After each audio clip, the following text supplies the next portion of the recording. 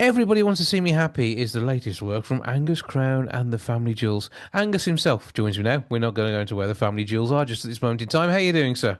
I'm doing well. How are you doing, Jason? All good here. So, give us the background to your musical journey, then, please. Background, huh? It's a long, long story that happened many, many years ago. I do a mashup of ukulele punk rock. So I strum a ukulele, I do a rockabilly, and then also punk rock. So it's been a mashup. This is, I believe, my fifth record in about 7 or 8 years. And this one's the opus of them all, which was the last one. And then the one before that. I only get better, I guess, with age. Well, that is it. But I mean, I'm not sure what a ukulele punk rocker should look like, but it's not the look that I have in front of me. You're dressed smartly with Yeah, jacket and shirt. right. Behind you, there's a plant which looks like it could take over the world. So this isn't necessarily what I would anticipate when you hear the music. No, but there's different facets as we get older. So today I was feeling a little bit dressed up and wanted to come this way. There are other days I'm almost naked. We're lucky we got the shirt and tie and Yeah. the shirt and jacket, so that's all good. Okay, so when you're creating music, I mean, this is, as you point out, each of your albums is the pinnacle of your career when you get there. That is expected. But what drives you to this? Because it's sound you have to commit to. Yeah, absolutely. Especially this sound because it's a mashup. It's when I'm presenting three different kind of musical styles on the same record, it's really about bringing a seamless connection between them. For me, I really enjoy the idea of taking the different facets of my personality and blending them out. As a middle-aged guy, I think the punk rock comes out at certain points. So I wish it could come out a lot more. But I'm supposed to be wise with my age, so I play the ukulele a little bit more, I think. So A little. you certainly, I can see the uke being part of your world. So that's as expected. But I mean the whole genre itself that you've pretty much created. So what inspired you to think down this route? I think it was very hard for me to, when I started to want to really focus on being a musician, to sort of stay on one lane. Because I have a theatrical background, I used to own a vaudeville theater like way, way many years ago, longer than before you were alive. And so there's a shtick guy in me, and that's where the ukulele comes in. And I like to sort of sing little love songs on it, and sometimes I like to scream out loud on that too. Rockabilly is something just fun, always been part of me. I wouldn't say it's the music that I listen to most or play the most, but it does connect to me in a way that's very personal. The punk rock, I think for me, I probably am closest to being a punk rocker inside. I don't look it today, but I think there's a lot of angst inside of me. And after a while, I think this gives me that outlet to sort of come back and sort of touch upon myself. Something that's very, very important to me. I think a lot of people who are middle-aged have a lot to scream about. But every once in a while, the safety pins will come out. You'll have that sort of semi-metallic look that set off a metal detector in an airport, and the hair goes a bit spiky and funny coloured. No, I used to have pink. I used to have pink hair. I do ride a Harley Davidson in a leather jacket, and I too flip off everybody all the time. So Proper hard rock, yeah. and that's the way it works. Hard school there. Okay, so we got a 10-track album. The title track is the one we're going to listen to in a minute or two's time. But what is the writing process? Because are you somebody who suddenly ends up with a tune in your head or something to say, or do you almost have an agenda to your music? Because punks have an agenda, surely. Yeah, sure, sure. For me, it's the first strum. Whether I write for the instruments that I play, which is the ukulele and the bass.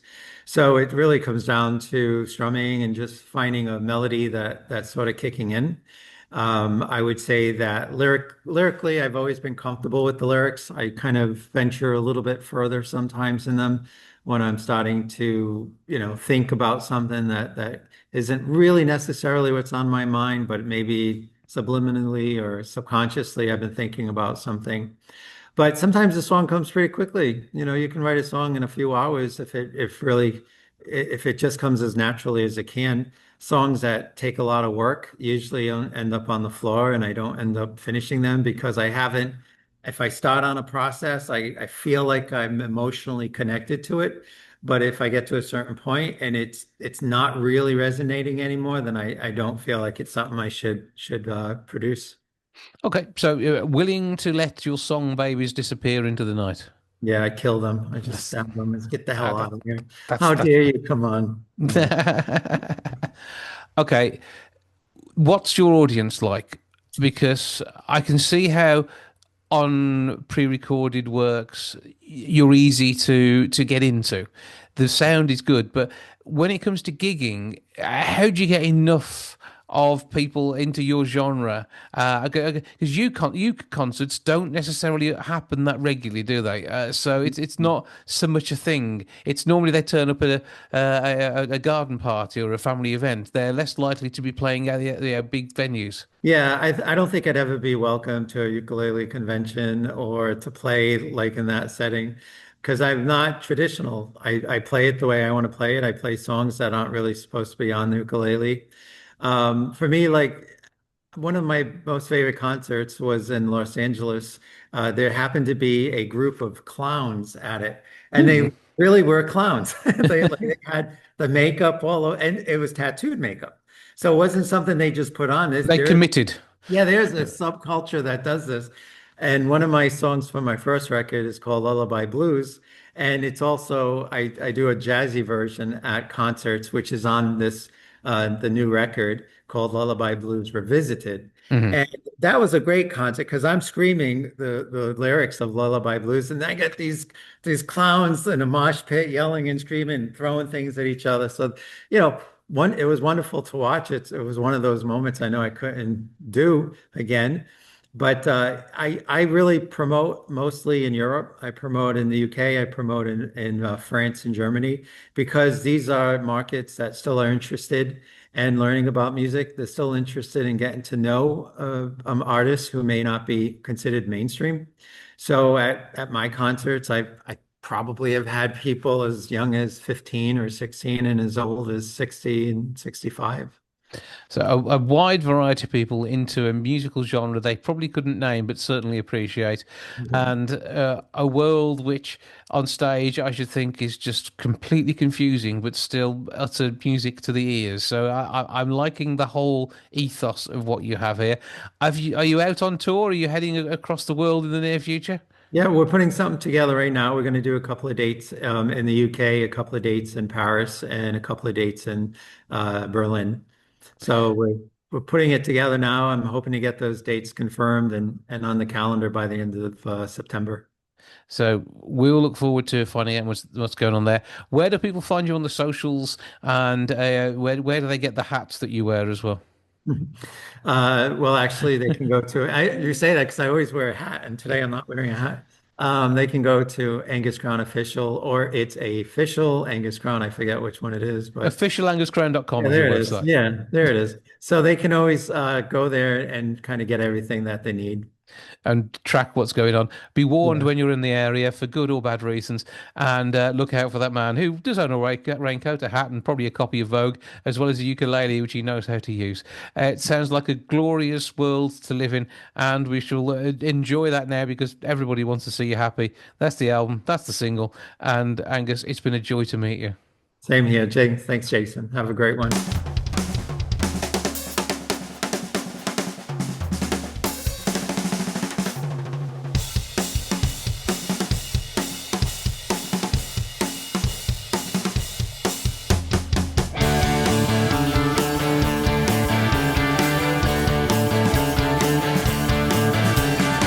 Everybody wants to need me, everybody wants to be me, everybody wants to see me happy, so I say I'm happy.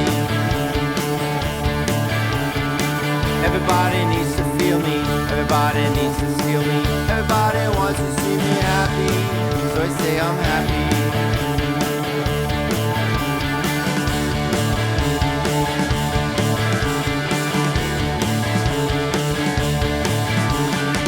Everybody wants to have me, everybody wants to slap me, everybody wants to see me happy, so I say I'm happy.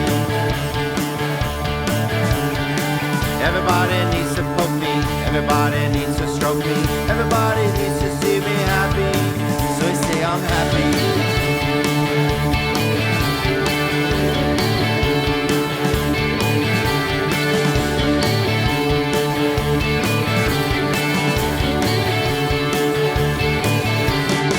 Everybody wants to jump me, everybody wants to hump me, everybody wants to see me happy, so I say I'm happy. Everybody wants me happy, even when I'm feeling crappy. Everybody wants to see me happy, so I say I'm happy.